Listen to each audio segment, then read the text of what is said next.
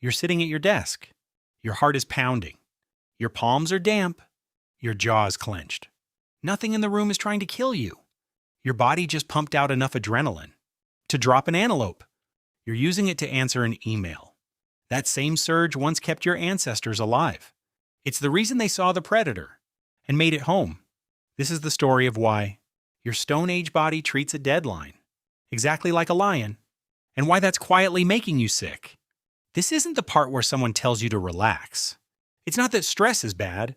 It's that your alarm system has no off switch in the modern world.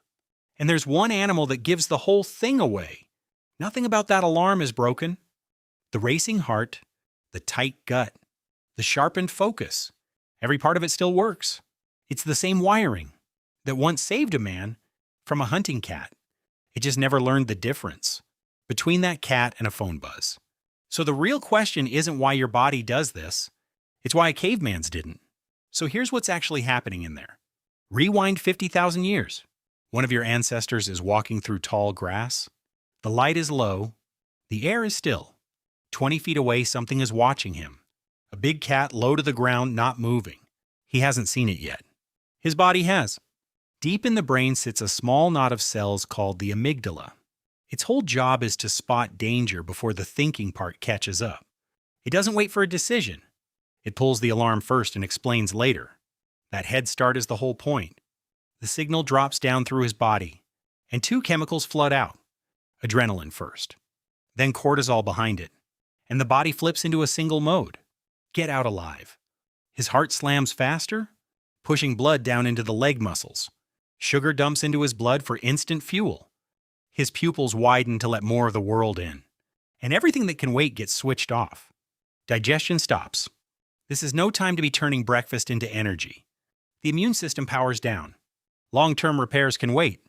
Think of the body as an emergency manager cutting every service that isn't survival. Keep the legs. Keep the eyes. Keep the heart. Shut down the rest. All of it lands in under a second. And now he runs. Legs loaded with fuel. Heart wide open. No pain, no hunger, no doubt.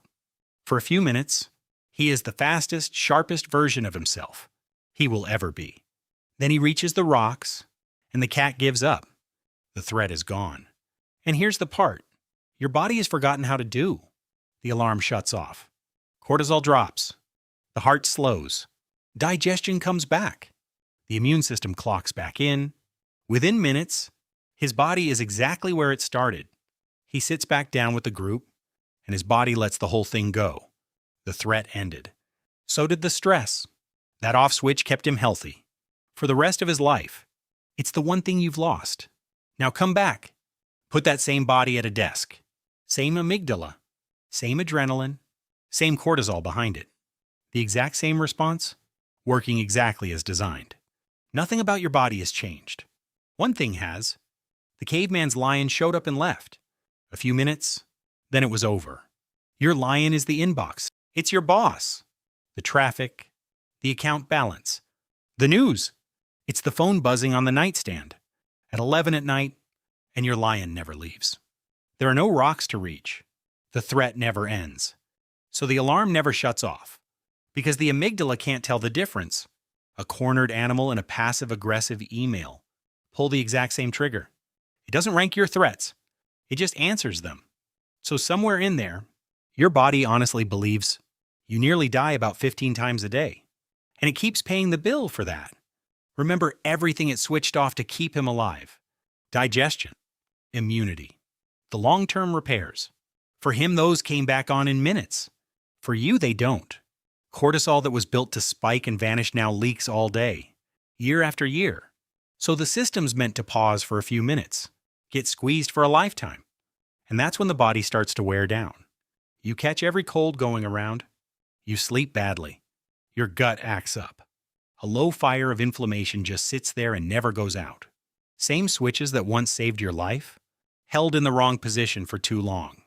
Your body isn't malfunctioning. It's doing its job in a world that no longer matches it. And decades ago, one scientist saw all of this written on an animal out on the African plains. A zebra. A zebra gets chased by a lion and should be a nervous wreck for life. It isn't. And the reason it isn't is the reason you are. That's next. So picture the zebra. A lion breaks from the grass, and the zebra runs for its life. Heart slamming, cortisol flooding, the exact same machine as the caveman. It gets away, and a few minutes later, it's grazing again. Same patch of grass, right next to where it nearly died. It isn't replaying the chase. It isn't lying awake tonight, dreading tomorrow's lion. It's stress switched on with the lion, and switched off with it too. A Stanford neuroscientist named Robert Sapolsky spent years with wild baboons in Africa, watching exactly this. And he packed the whole idea into one question. Why don't zebras get ulcers? When we do, the animal out on the plains meets short, sharp danger, then lets it go. We keep the alarm running, long after the danger is gone. But here's the part that should stop you. The real difference between you and the zebra was never the lion. The zebra needs an actual lion, right there, to set the alarm off. You don't. You can set it off with a memory, with an email you haven't sent yet, with an argument at 2 in the morning, against someone who isn't even in the room. Same life or death chemistry, now triggered by a thought. You are the only animal that can build its own lion, and then spend a lifetime running from it. And the cruel part is where that ability comes from. The same big brain that let your ancestors plan, predict, and picture a danger before it arrived. That's the gift that kept them alive. It's also the thing now firing the alarm at dangers that don't exist. The superpower and the price are the same wiring. So nothing in you is broken. Your alarm doesn't need fixing. It doesn't need curing. It was just never built for a world where the threat never leaves. A world where half your lions live inside your own head. None of this makes stress the enemy. The acute alarm still saves you today. The car that stops short. The kid who runs into the road. The moment you actually need to be sharp. On for a moment, then off again. It's still one of the best things your body does. The problem was never the stress. It's that it never ends. And this doesn't mean every tired day, and every illness traces back to it. Plenty of things have nothing to do with cortisol at all. But the thing that switches the alarm off was never an app.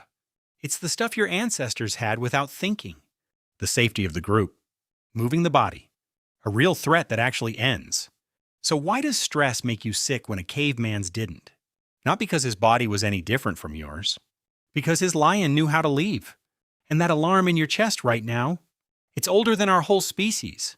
Tuned so fine that a phone buzz can stand your whole body up, ready to save your life. It isn't betraying you. It still thinks it's keeping you alive. Because that's exactly what it did. For millions of years. So you're back at the desk. Heart going. Palms damp. No lion in the room. Only now you know why. The threat ended. So can the stress? That off switch isn't gone. It's just something you have to learn again. You're not a broken body in a modern world. You're a Stone Age survivor, still standing guard over a threat that left a long time ago. That's you. So tell me what your lion is today. The inbox, the group chat, the thing you can't stop checking.